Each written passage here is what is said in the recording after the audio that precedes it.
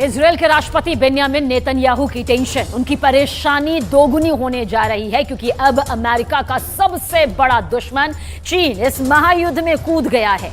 Israel हार जाए इसके लिए चीन ने एक बहुत ही बड़ा कदम उठाया। ये ऐसा कदम है जिसके आगे अमेरिका भी मजबूर नजर आने लगा है।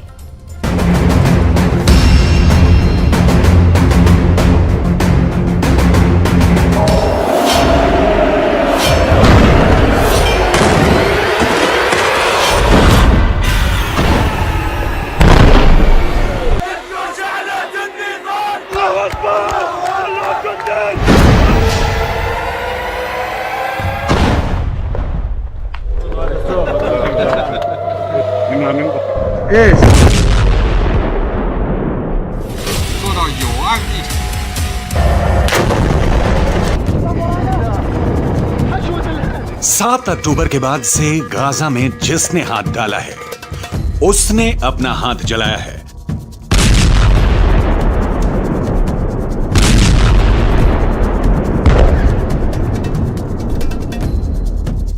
गाजा जलता हुआ कुआं बन चुका है।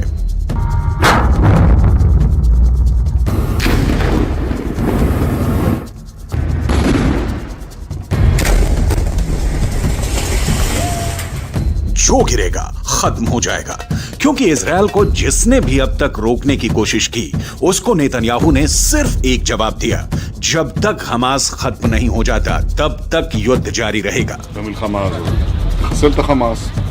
बंधकों को छोड़ाने के लिए सीज फायर तो कर दिया गया। गाजा और वेस्ट बैंक से बंधकों और कैदियों को छोड़ाने की तस्वीरें भी आईं। जश्न भी खूब मनाया गया।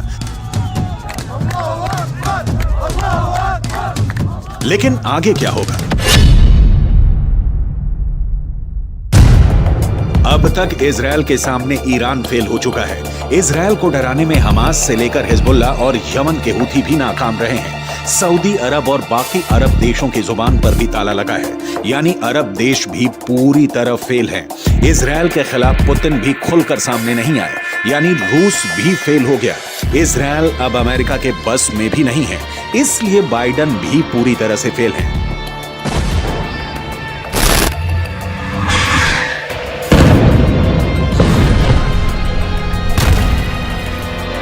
ऐसे में इजरायल को कौन रोकेगा? इजरायल को कौन टोकेगा? गाजा पर फिर बमबारी होगी, इसकी पूरी गारंटी है। ऐसे में इजरायल के युद्ध को कौन खत्म करेगा? कौन इजरायल से टक्कर लेगा? कौन है जिसमें इतनी हिम्मत है कि वो इजरायल से सीधे टकरा जाए? तो इसका एक जवाब आया है।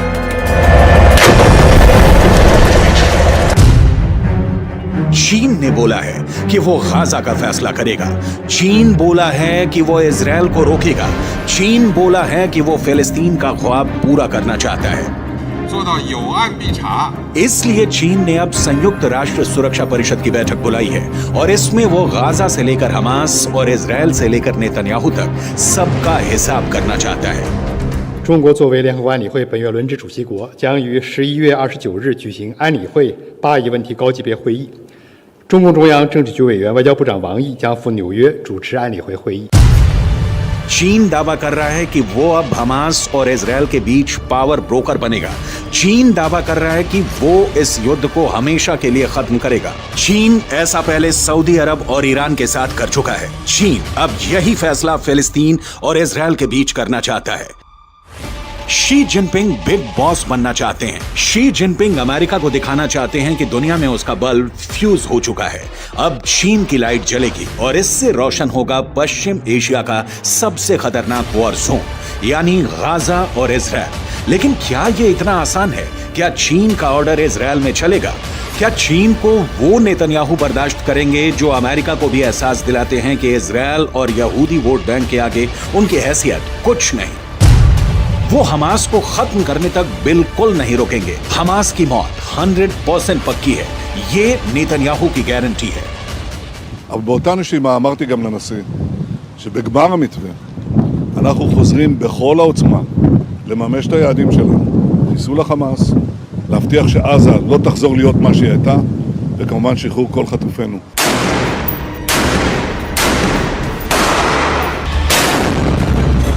गाजा को मिट्टी में मिलाने की मुहिम तेज होगी, ये बात नेतन्याहू ने साफ कर दी है। लेकिन इजरायल पर 14,000 से ज्यादा फिलिस्तीनियों की मौत का इल्जाम है और चीन अब इस मुद्दे को खुद हैंडल करना चाहता है। चीन इस पूरे मुद्दे को संयुक्त राष्ट्र सुरक्षा परिषद में लाकर इजरायल को ऐसे घेरना चाहता है जिससे नेतन्याहू बच ना पाए और गाजा में सरेंडर कर दे। 7 अक्टूबर के बाद युद्ध को ऐसे खत्म करना इजरायल की बड़ी हार मानी जाएगी और पहले से घर में घिरे नेतन्याहू की राजनीति का अंत भी हो जाएगा। लेकिन फिलिस्तीन और गाजा को लेकर इजरायल के खिलाफ कोई भी प्रस्ताव गिर जाएगा, इसकी भी पूरी गारंटी है, क्योंकि अमेरिका के पास वीटो पावर है जिसका उसने हमेशा इजरायल को बचाने के लिए इस्तेमाल किया है। अब तक संयुक्त राष्ट्र में फिलिस्तीन के मुद्दे पर 36 बार प्रस्ताव लाया गया है। इसमें अमेरिका ने 34 में वीटो करके इजरायल को बचाया है। 7 अक्टूबर के बाद भी 2 प्रस्ताव आए हैं और इसमें भी अमेरिका ने इजरायल को बचाने का काम किया है।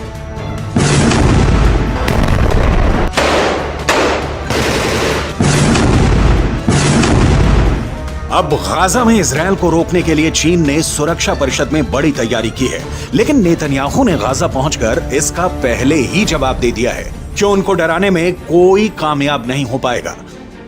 צהריים הלוחמים הגיבורים שלנו. אנחנו עושים כל מאמץ להחזיר את חטופינו ובסופו של דבר נחזיר את כולם. יש לנו 3 יעדים במלחמה הזאת. לחסל את החמאס, להחזיר את כל חטופינו ולהבטיח שעזה לא תחזור להיות איום למדינת ישראל. ואני פה להגיד לחברים כאן, ללוחמים כאן, שאומרים לי את אותם הדברים, ואני חוזר ואומר את זה לכם, אזרחי ישראל. אנחנו ממשיכים עד הסוף, עד הניצחון. שום דבר לא יעצור אותנו.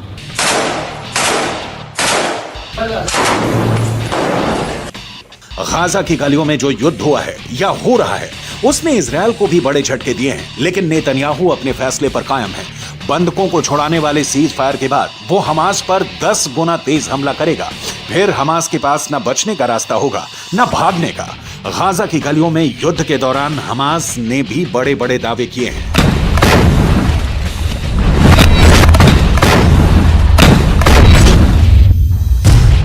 हमास का दावा है कि उसने इजरायल के 180 टैंक और बख्तरबंद गाड़ियों को हमले में फोड़ दिया है। गाजा से लगातार ऐसी तस्वीरें आई हैं जिसमें इजरायली टैंक पर घात लगाकर हमले किए गए।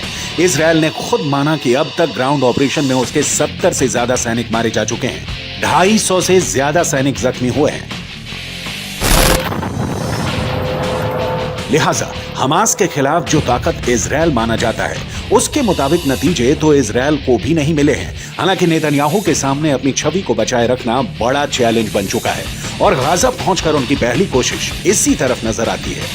ישבתי עם סגן הרמטכ"ל, עם המפקדים, ועל הקיר היה כתוב עם ישראל חי. אז עם ישראל חי, ועם ישראל גם מנצח. בזכותכם, בזכותכם. תודה לכם.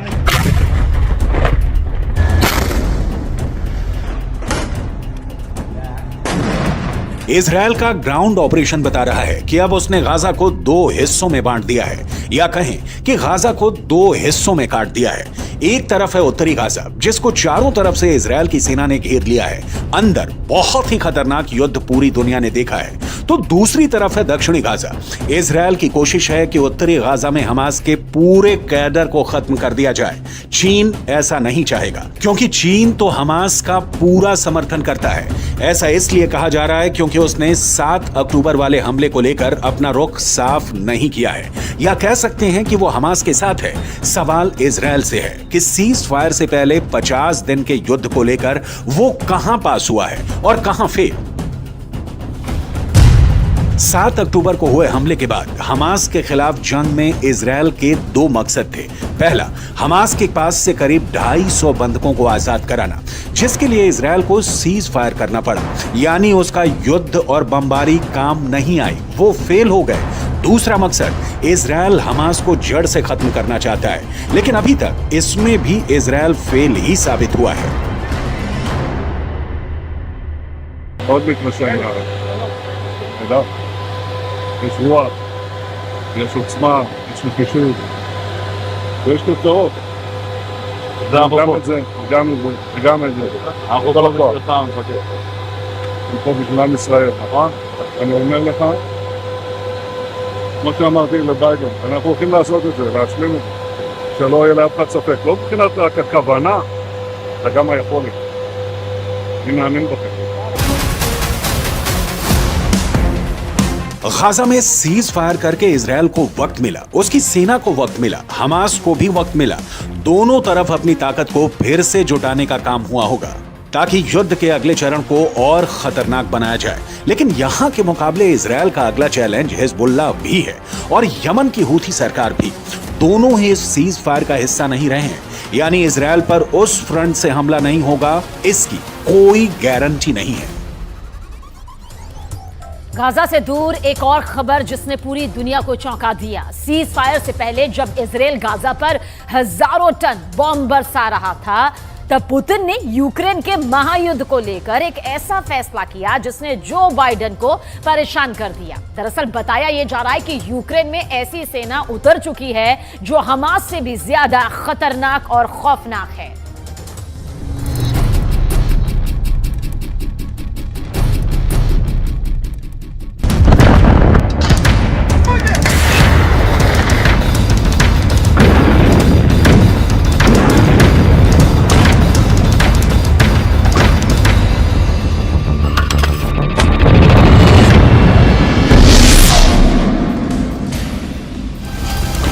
पुतिन ने युद्ध में अब ऐसे लड़ाकों को उतार दिया जो यूक्रेन के सैनिकों को जिंदा खा जाएंगे।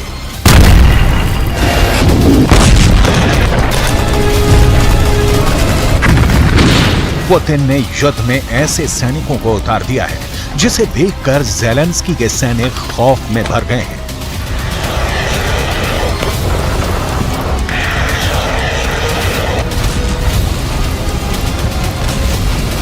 ज़ेलेंस्की के सैनिक पुतिन के सोल्जर से इतना घबरा गए हैं कि वो डर कर भाग रहे हैं।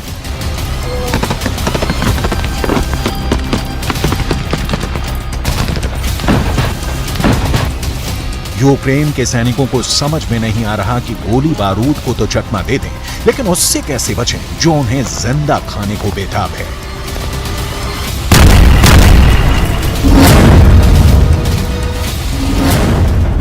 पुतिन ने युद्ध में ऐसे नरभक्षी उतार दिए हैं जो ज़ेलेंस्की के सैनिकों के खून का प्यासा है। इंसानों को मार कर खा जाना उसकी आदत है। वो पुतिन का बहुत वफादार है। उनके हर निशाने, हर हुक्म, हर आदेश पर वो ना सिर्फ जान कुर्बान कर सकता है बल्कि दुश्मन को कच्चा चबाकर खा सकता है। इसकी दरिंदगी से पुतिन इतने खुश हैं कि उन्होंने इस नरभक्षी को बहुत बड़ा इनाम देने का ऐलान किया है। कौन है ये नरभक्षी जिस पर पुतिन को इतना भरोसा है कि वो है तो रूस ये जंग हर हाल में जीतेगा। पुतिन के इस फौज के रहते ज़ेलेंस्की की हार तय है। इस नरभक्षी के कारनामों को देखने के बाद पुतिन अब आक्रामक हो गए हैं। पुतिन के इरादे और खतरनाक हो गए हैं। पुतिन के निशाने पर ज़ेलेंस्की का घर है। 1.5 साल से भी ज्यादा वक्त से चल रहे इस युद्ध को पुतिन अब जल्द खत्म करना चाहते हैं, वो भी अपने तरीके से। पुतिन को जीत चाहिए, वो भी हर कीमत पर। पुतिन को यूक्रेन के सैनिकों की हार देखनी है, वो भी हर हाल में। इसके लिए पुतिन ने जेल में बंद खूंखार कैदियों और नरभक्षी तक को युद्ध में धकेल दिया। ऐसे कैदी जिन पर बहुत गंभीर आरोप हैं। पुतिन अब उन सैनिकों की सजा भी कम कर रहे हैं जिन्होंने युद्ध लड़ा और पुतिन के मकसद को पूरा करने के लिए पूरा जोर लगा दिया।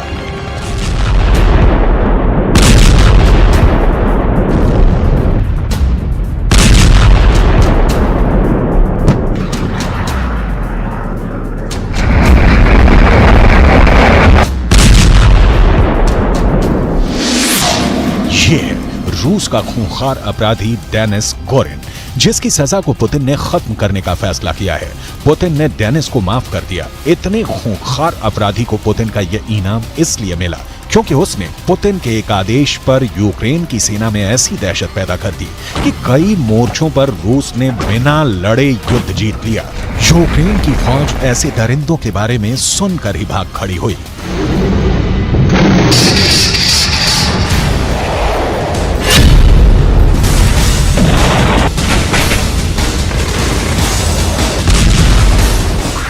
डेनिस गोरिन दरिंदा है, ये पुतिन को भी मालूम है। डेनिस गोरिन इंसानों को कच्चा खा जाता है, ये भी उनके कमांडरों को मालूम है। डेनिस गोरिन इंसान के मरने से पहले उसे खाना शुरू कर देता है। ये भी सब जानते हैं और इसी वजह से उसकी दहशत बहुत ज्यादा है। ऐसे खतरनाक अपराधी की सजा माफ करना कितना सही है, इस पर लंबी बहस हो रही है। लेकिन फिलहाल तो पुतिन को सिर्फ यूक्रेन चाहिए, चाहे वो डेनिस गोरिन गोली चलाकर उन्हें दे या फिर ज़ेलेंस्की की फौज को जिंदा खाकर उनका मोर्चा साफ कर दे। पुतिन की सेना में डेनिस की तरह कई अपराधियों को शामिल किया गया और अब इसका नतीजा सामने है। रिपोर्ट है कि पुतिन ने अपनी नई फौज में 35,000 से ज्यादा अपराधियों को शामिल किया। ब्रिटिश मीडिया का दावा है कि इन अपराधियों में हत्यारे भी हैं, बलात्कारी भी हैं और यहां तक कि नरभक्षियों को भी इस फौज में शामिल कर लिया गया है। रिपोर्ट के मुताबिक मॉस्को की तरफ से ऑर्डर आया कि अगर ये 6 महीने तक लड़ते रहेंगे तो रूस इनकी सजा माफ कर देगा, या कहें कि इनको आगे की सजा से आजादी मिल जाएगी।